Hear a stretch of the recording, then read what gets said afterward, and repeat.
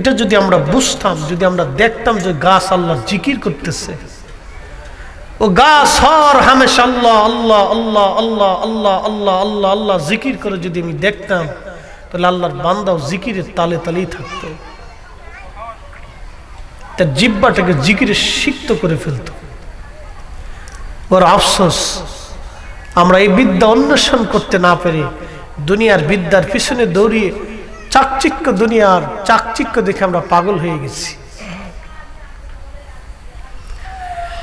খুবই মনোযোগ দিয়ে মাইকের আওয়াজ বহুদূরে যায়। এ মা বোনেরা রে, মাদ্রাসার মাহফিল, এতিমখানা মাদ্রাসা, হাফিজিয়া মাদ্রাসা, এই মাদ্রাসার মাহফিল, এই মাদ্রাসার মাহফিল, এই মাদ্রাসা থাকবে কিন্তু আমরা থাকব না। এই মাদ্রাসা চলবে কিন্তু আমরা চলব না। এই মাদ্রাসায় কোরআন তেলাওয়াত হবে কিন্তু আমরা তেলাওয়াত করতে পারবো না।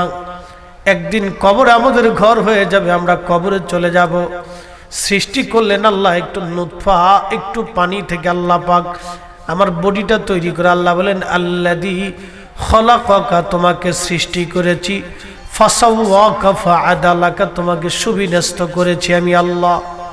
যেখানে হাত দেওয়ার দরকার হাত দিয়েছি, আঙ্গুল দেওয়ার দরকার আঙ্গুল দিয়েছি, নখ দেওয়ার দরকার নখ দিয়েছি, চোখ দেওয়ার দরকার চোখ দিয়েছি, নাক দেওয়ার দরকার নাক দিয়েছি, নিঃশ্বাস প্রশ্বাস এই নাক দিয়ে বের করার দরকার এটাও ব্যবস্থা করে দিয়েছি, জবান দেওয়ার দরকার জবান দিয়েছি, জিহ্বার দাঁত এমন জায়গা আমি ফেট করেছি, জিহ্বা কখনো দাঁতের এরিয়ায় আসে না, দাঁত কখনো জিহ্বার এরিয়ার মধ্যে যায় না। কি কারিগর, একটু চিন্তা করেন তো। জিহ্বা কখনো দাঁতের এরিয়ায় যায় না, দাঁত কখনো জিহ্বার এরিয়াতে আসে না। জীবনে এত ওয়াজ করলাম, এত কথা বললাম, কিন্তু জিহ্বা কখনো দাঁতের এরিয়ায় আসে না, দাঁত কখনো জিহ্বার এরিয়ার মধ্যে যায় না। দাঁতেও রব্বে কারিমের দেওয়ার সীমানা মেনে চলে, জিহ্বাও আল্লাহর দেওয়ার সীমানা মেনে চলে। একমাত্র মানুষের জিন আল্লাহর দেওয়ার সীমানা মানে না। কথা কন না কে? একমাত্র মানুষ আর জিন আল্লাহর দেওয়ার সীমানা মানে না। মানুষের জিন আল্লাহর দেওয়ার সীমানা মানে না।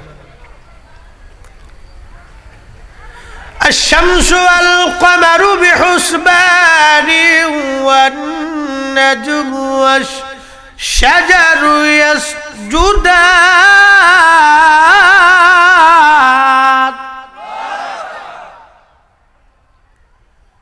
আশ-শামসু ওয়াল কমার,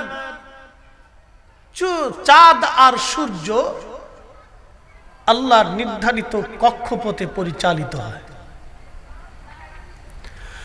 আশ-শামসু ওয়াল কমারু বিহুসবান, চাঁদ আর সূর্য তার নিজের কক্ষপথে পরিচালিত হয়। কখনো চাঁদ সূর্যের কক্ষে যায় না, সূর্য কখনো চাঁদের কক্ষে আসে না। ওয়ান-নাজমু ওয়াশ-শাজারু ইয়াসজুদান,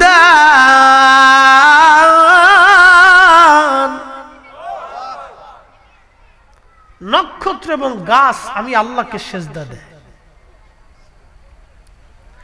নক্ষত্র এবং গাছ আমি আল্লাহকে সেজদা দেয়। খুব মনোযোগ দিয়ে আমি মানুষের জায়গায় পরে আসতেছি, আগে নক্ষত্রের জায়গায় যেহেতু চলেই গেলাম, দুটো কথা বলেই দিয়ে যাই। এই যে যত গাছ আছে, গাছ সমস্ত গাছগুলি আল্লাহকে সেজদা দেয়। গাছের গুড়ি, যে গাছের গোড়া আছে, শিকড় বাকর আছে, এই গাছগুলি আল্লাহকে সেজদা দেয়। কিন্তু কখনো কি দেখছেন এই গাছ আল্লাহকে সেজদা দিতে? কখনো আপনি দেখেন নাই। এই গাছ যে আল্লাহকে সেজদা দেয়, কখনো কিন্তু আপনি দেখেন নাই গাছ আল্লাহকে সেজদা দেয়। নক্ষত্র আল্লাহকে সেজদা দেয়, কখনো কিন্তু আপনি দেখেন নাই নক্ষত্র আল্লাহকে সেজদা দেয়। আপনিও দেখেন নাই, আমিও দেখিনি। এই গাছ আল্লাহকে সেজদা দেয়, আল্লাহ তাদেরকে দেখায় যাদের হৃদয়ের চোখ খুলে গেছে।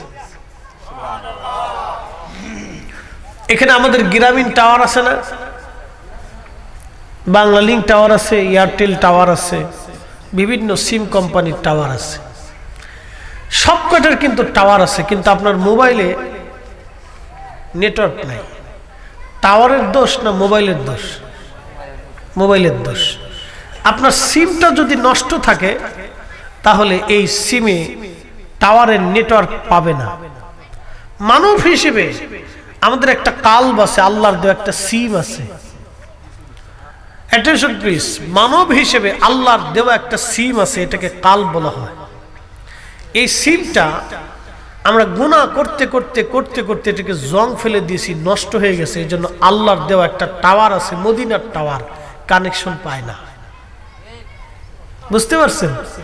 সারা জীবন মনে রাখবেন, মদিনার একটা টাওয়ার আছে, এই টাওয়ারের একটা নেটওয়ার্ক আছে।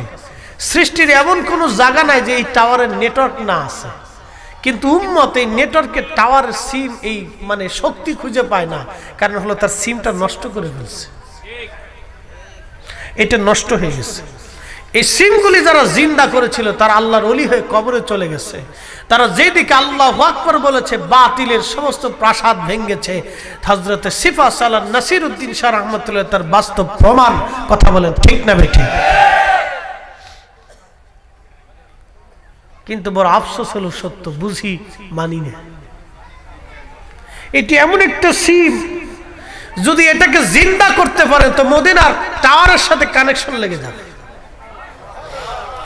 আর যদি একবার কানেকশন লেগেই যায় তো মাশাআল্লাহ সাকসেস। তো মদিনাওয়ালার সাথে কথা হবে। কি হবে? কথা কন না কেন? কি হবে? তাহলে নবী দূরে না কাছে? না আসতে হয়ে গেল। নবী দূরে না কাছে? মানে আপনি বুঝেন না বিদায় দূরে। আপনি বুঝেন নাই কারণ আপনার তো নেটওয়ার্ক নাই, টাওয়ার নাই, আপনার সিম নষ্ট হয়ে গেছে, এই জন্য আপনি নেট পান না। এই জন্য আপনার কাছে এটাকে অনেক দুর্ভেদ্য মনে হচ্ছে। 100 বছর আগে দেশের মানুষকে যদি আপনি বলতেন, শুনছো একটা যন্ত্র আবিষ্কার হয়েছে, এই মেশিন দিয়ে বলে সেই কোথায় কোটি কোটি মাইল দূরে মানুষের সাথে বলে কথা বলা যায়, তো 100 বছর আগে মানুষ তাকে পাগল বলতো। এখন যদি আপনি বলেন যে দে বেটা মোবাইল দিয়ে মানুষের সাথে কথা বলা যায় না, এটা মিথ্যা কথা, তো মানুষ আপনাকে পাগল বলবে। কারণ 100 বছর পরে বিজ্ঞান আপনাকে এটা হাতে ধরে একবারে প্রমাণ করে দিয়েছে যে তোমার এই কথা আমেরিকা পৌঁছাইতে আমি মাত্র 1 সেকেন্ড সময় নিছি। বিজ্ঞান আপনাকে বুঝিয়েছে, প্রমাণ করে দিয়েছে যে তোমার এই কথাটা এই সোনারু ঘাট থেকে আমেরিকা পর্যন্ত পৌঁছাইতে মাত্র আমি 1 সেকেন্ড সময় নিয়েছি। বিজ্ঞান যদি আমার এই কথাটা আমেরিকা পৌঁছাইতে 1 সেকেন্ড সময় নিতে পারে, রাহমাতুল লিল আলামিন উম্মত পৃথিবীর যে প্রান্তেই থাকুক না কেন, রাসূল করিম উম্মতের কথা মদিনায় পৌঁছাইতে, মদিনার নবী শুনতে 1 সেকেন্ড কেন, তার চেয়ে অধিক কম সময় নবীর দরবারের প্রয়োজন হয় না। কথা বলেন ঠিক না বেঠিক?